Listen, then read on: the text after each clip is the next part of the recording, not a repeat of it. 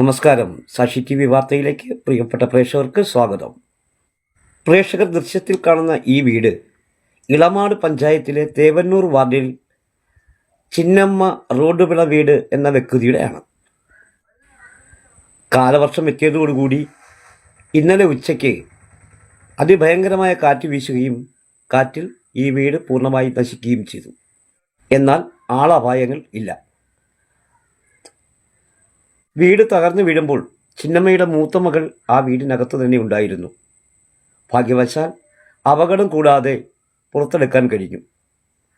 സാമ്പത്തികമായി ഒരുപാട് പിന്നോക്കം നിൽക്കുന്ന ഈ ചിന്നമ്മയ്ക്കും കുടുംബത്തിനും ഈ വീട് പൂർവ്വസ്ഥിതിയിലെത്തിക്കാൻ നന്നേ പ്രയാസപ്പെടുകയാണ്. ഒരു വാടക വീടെടുത്ത് മാറാൻ പോലും സാമ്പത്തികം അനുവദിക്കുന്നില്ല. തേവന്നൂർ വാർഡിലെ വാർഡ് മെമ്പറോടും ഇളമാട് പഞ്ചായത്ത് പ്രസിഡന്റിനോടും വിവരങ്ങൾ ധരിപ്പിച്ചിട്ടുണ്ട്. അനുകൂല നടപടികൾ ഉണ്ടാകും എന്നവർ പ്രതീക്ഷിക്കുന്നു.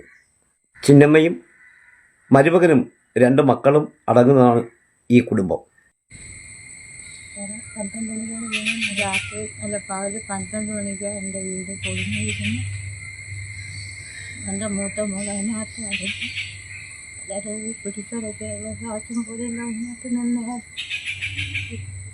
എല്ലാവരോടും സഹായിച്ച് എൻ്റെ വീട് വെക്കാനും കൊല്ലാൻ എന്നെ വിളിക്കുന്ന വൃത്തിയിലൊക്കെ കടപ്പാടം പോലും ഇല്ല.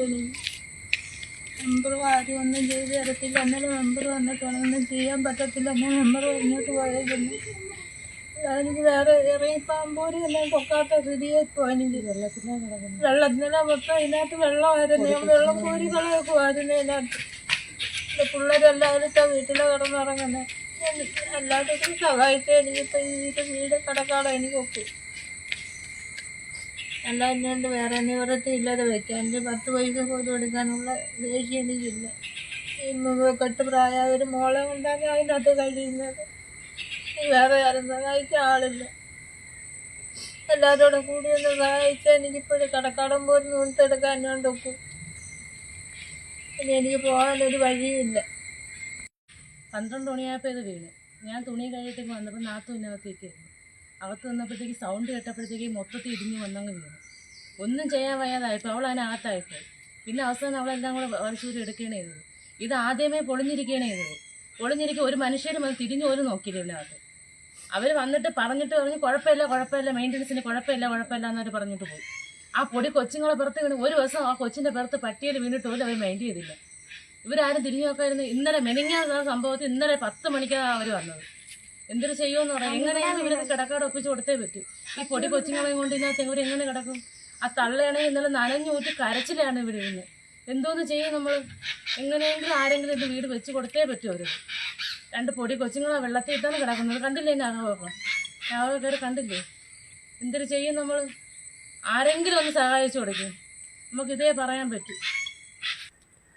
മരുമകൻ്റെ ഒരാളുടെ ആശ്രയത്തിലാണ് ഈ കുടുംബം ഇന്ന് അന്നൊന്ന ദിവസം കഴിഞ്ഞു പോകുന്നത്. നിർഭാഗ്യവശാൽ അവരുടെ കിടപ്പാടം കൂടി തകർന്നതോടുകൂടി ഒരു പ്രതിസന്ധിയിലാണ് ഈ കുടുംബം. ഇതിനൊക്കെ ജനപ്രതിനിധികളും വേണ്ടപ്പെട്ട ഉത്തരവാദിത്തപ്പെട്ട അധികാരികളും ഒരു പരിഹാരം കാണണം എന്ന് മാത്രം പറഞ്ഞുകൊണ്ട് സാക്ഷി ടി വി വാർത്ത ചെയ്യുന്നു. നന്ദി, നമസ്കാരം.